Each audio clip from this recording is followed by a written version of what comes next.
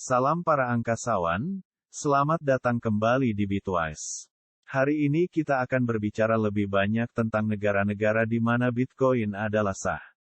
Apa artinya menggunakan Bitcoin sebagai alat pembayaran yang sah? Faktor-faktor apa yang memangkin adopsi suatu negara? Apa yang ingin dicapai oleh negara-negara tersebut? Apa cabarannya? Kedengarannya menarik? Sebelum kita mulai, sokong kami dengan berlangganan, menyukai, dan berkongsi. Terima kasih. Bank sentral dan kawal selia sesuatu negara umumnya memutuskan dalam ekonomi masing-masing apa yang iktiraf sebagai alat pembayaran yang sah dapat digunakan untuk membeli barang di kedai. Misalnya, uang kertas 10 ringgit dan shilling 50 sen adalah alat pembayaran yang sah di Malaysia. Kalau Bitcoin sah berarti bahwa ketika seseorang ingin membeli secawan kopi, mereka dapat menggunakan Bitcoin untuk membayarnya. Tanpa bank sentral yang mengiktirafkan Bitcoin sebagai alat pembayaran yang sah, risiko menerima Bitcoin untuk barang yang dijual akan ditanggung oleh pemilik kedai. Jika bank sentral secara eksplisit menyatakan Bitcoin sebagai alat pembayaran yang sah, maka itu menjadi bentuk resmi pertukaran nilai dalam ekonomi. Kebangkitan Bitcoin dan beberapa mata uang kripto terdesentralisasi lainnya juga telah memungkinkan beberapa bank sentral untuk mempertimbangkan mata uang digital sebagai alternatif yang lebih baik banding mata uang fiat. Akibatnya, banyak negara termasuk China, England, US, dan India semuanya membangunkan mata uang digital bank sentral, CBDC. Dengan ini, alasan mereka untuk berpelukan mata uang digital adalah untuk mencapai kebolehkesanan dan kawalan yang lebih baik dari setiap unit uang dalam ekonomi. Kebolehkesanan ini akan membantu mereka menghitung cukai dengan lebih tepat dan mengenal pasti pencuci uang haram, tetapi yang lebih penting, menemukan kumpulan kekayaan untuk berkekalan dalam ekonomi. Faktor apakah yang dorong adopsi Bitcoin di suatu negara sebagai pembayaran yang sah? Biasanya ada faktor ekonomi makro yang ingin dikelola suatu negara melalui adopsi mata uang yang sah. Untuk membolehkan Bitcoin sah, faktor-faktor ini harus sesuai dengan kepemimpinan. Meskipun demikian, bank sentral minat kepada mata uang digital. Ada negara dengan masalah yang dasarnya yang tidak dapat diselesaikan oleh mata uang fiat versi digital saja. Misalnya, negara seperti Argentina dan Venezuela telah menderita dengan hiperinflasi dan memperoleh nilai dari di luar ekonomi mereka sendiri. Ada juga negara-negara seperti El Salvador, Panama, Guatemala dan Honduras, di mana peratus tinggi dari GDP dari pengiriman uang. Ini membuka jalan bagi suatu bentuk pertukaran nilai yang tidak dibatasi antarabangsa. Misalnya, 24% dari GDP El Salvador pada tahun 2020 berasal dari pengiriman uang. Satu lagi pertimbangan bagi negara-negara adalah sejauh mana inklusi keuangan dalam ekonomi mereka. Sementara mata uang kripto sama sekali tidak mesra pengguna, harus dikatakan bahwa eksperimen lokal dalam menciptakan ekosistem di Bitcoin di negara-negara seperti El Salvador telah ternampak berkesan. Dengan pengiriman uang sangat penting terhadap ekonomi, mata uang digital tidak hanya dapat membantu inklusi keuangan tetapi juga mencapai penjimatan kos pengiriman uang. Perlu juga paham bahwa kerajaan yang melancarkan Bitcoin sebagai alat pembayaran yang sah telah membuat tuntutan membawa inklusi keuangan ke rakyatnya. Namun, inklusi keuangan seringkali harus didahului dengan penggunaan internet. Tanpa infrastruktur digital, mata uang digital tidak akan mampu menyelesaikan masalah inklusi keuangan dengan sendirinya. Jadi, negara mana saja yang telah mengadopsi Bitcoin sebagai alat pembayaran yang sah dan bagaimana mereka melakukannya? El Salvador adalah negara pertama yang mengadopsi Bitcoin sebagai alat pembayaran yang sah. Selain dari faktor ekonomi makro yang dijelaskan, negara ini memiliki pemimpin yang bersedia bereksperimen dengan Bitcoin. Dia telah menjadi duta setia kripto. Kami memiliki episode, jika Anda tertarik, lihat kartu kiri atas. Negara kedua yang adalah Republik Afrika Tengah.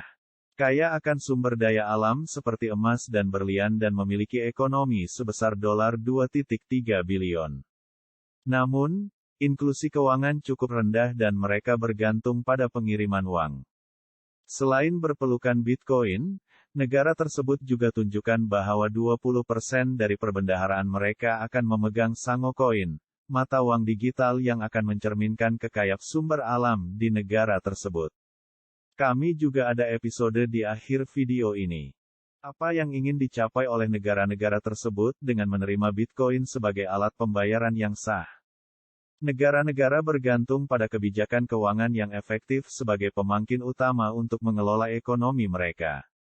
Oleh karena itu, mereka membutuhkan mata uang yang kredibel dan kemampuan untuk mengatur kebijakan pada saat krisis. Baik El Salvador dan Republik Afrika Tengah telah mengidentifikasi bahwa mereka ingin membuat pengirim uang lebih murah. Presiden El Salvador Nayib Bukele memproyeksikan penghematan $400 juta dengan pengiriman uang saat negara tersebut beralih ke infrastruktur Bitcoin.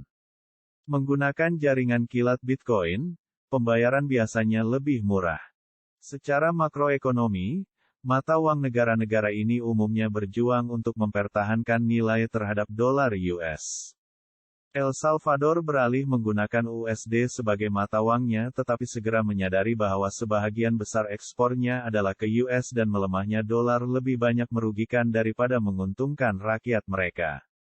Tidak seperti ekonomi Amerika Latin lainnya, El Salvador tidak mengalami inflasi yang sangat tinggi sebelum memeluk dolar. Selain itu, mereka tidak memiliki kendali atas kebijakan keuangan di sekitar USD, yang dikendalikan oleh entitas terpusat di negara lain. Oleh karena itu, negara tersebut menggunakan Bitcoin untuk menyelesaikan masalah utamanya sekitar pengiriman uang tanpa terpengaruh oleh fluktuasi dolar US. Apa cabaran mengadopsi Bitcoin sebagai alat pembayaran yang sah? Ada risiko likuiditas dan kawal selai di sekitar pasaran kripto yang akan ditanggung oleh suatu negara ketika mereka menggunakannya sebagai alat pembayaran yang sah. Karena pasaran kripto sangat berkorelasi dengan pasaran equity US, perubahan kebijakan Federal Reserve akan impak pada harga kripto. Narasi yang dimiliki sebahagian besar negara-negara ini untuk mengadopsi Bitcoin adalah kos pengiriman uang yang lebih rendah ke populasi yang sangat tidak memiliki akun bank. Ini mungkin alasan yang remeh karena sebahagian besar negara-negara ini memiliki penggunaan internet yang sangat rendah. Oleh karena itu, kecuali mereka dapat menyedia ATM Bitcoin di seluruh negara, tidak praktikal bagi mereka untuk meningkatkan Bitcoin sebagai mata uang. Cabaran lainnya adalah sifat pasaran kripto yang bergejolak. Karena Bitcoin turun lebih dari 70% dari tahap tertinggi sepanjang masa pada November tahun 2021, El Salvador melakukan beberapa pembelian Bitcoin. Namun, penurunan harga Bitcoin tidak henti-hentinya dan sebahagian besar posisi ini saat ini mengalami kerugian. Untuk perbendaharaan negara yang telah menghabiskan uang warga negara dalam aset bergejolak yang dapat kehilangan 70-80% dari nilainya dalam 6 bulan, itu tidak dapat anggap kebijakan ekonominya yang sehat. Karena posisi tunai yang lemah, kemampuan negara untuk meminjam lebih banyak dari pasar internasional juga sangat terpengaruh. Peraturan sebahagian besar didorong oleh kawal selia nasional. Karena sifat mata uang kripto yang terdesentralisasi, pelarangan Bitcoin di satu yurisdiksi nasional tidak secara langsung memengaruhi status di yurisdiksi lain. Namun, ketika negara seperti US bersifat keras terhadap kripto melalui peraturan, pasar bereaksi terhadapnya dan memengaruhi adopsi sebagai alat pembayaran yang sah. Negara mana yang melarang Bitcoin dan kripto yang lain? Melarang teknologi global dan paradigma ekonomi seperti Bitcoin bukanlah pendekatan terbaik bagi pemerintah untuk melindungi warganya dari risiko kelas aset ini. Dengan memegang tangan mereka melalui perjalanan, pendidikan dan mengatur selia yang tepat di tempat yang melindungi orang ramai dapat dicapai. Ada beberapa larangan Bitcoin, kripto lainnya, dan pelombongan di seluruh dunia. China melarang kripto pada tahun 2021 kepada mata uang digital bank sentralnya, dan itu juga memengaruhi perlombongan Bitcoin. Akibatnya, hash Bitcoin turun pada tahun 2021. Namun, Industri ini bangkit kembali oleh peningkatan perlombongan Bitcoin di US. Pada tahun 2022, India mengambil sikap keras terhadap kripto. Dari segi pembelajaran sejarah, setiap kali ada larangan kelas aset ini di satu bahagian, yang lain memanfaatkan peluang tersebut. Oleh karena itu, sampai ada larangan keseluruhan dunia terhadap kripto, sangat sulit untuk mengekang pertumbuhan Bitcoin dan aset digital secara umum. Negara-negara yang ingin melarang kripto untuk melindungi warganya kemungkinan tidak akan berhasil. Pendekatan yang lebih kolaboratif dan demokratis akan membantu mereka mencapai tujuan mereka untuk melindungi semua. Kami berharap pembelajaran hari ini informatif dan Anda menikmatinya. Kami memiliki bonus kecil karena bersama kami sampai akhir. Jika Anda juga tertarik untuk berlabur dalam mata uang kripto dan memiliki sebahagian dari uang masa depan, saya punya kabar baik untuk Anda. Yang perlu Anda lakukan hanyalah muat turun aplikasi Luno. Luno adalah pertukaran mata uang kripto pertama yang mendapatkan lesen dan terkawal selia di Malaysia oleh Suruhanjaya Commission, jadi Anda selamat menggunakannya. Setelah Anda muat turunnya, buka bahagian hadiah dan masuk kod hadiah unik ini NUB8XT. Setelah Anda melakukannya, Anda dapat deposit dan membeli mata uang kripto. Beli minimal Rp250 kripto manapun, dan Anda akan menerima hadiah Bitcoin Rp25. Pastikan untuk memasukkan kod sebelum melakukan deposit dan pembelian. Saya akan meninggalkan tautan juga di deskripsi di bawah ini. Sekali lagi, penafian singkat bahwa tidak ada dalam video ini yang merupakan nasihat keuangan. Anda bertanggung jawab atas pilihan keuangan Anda sendiri.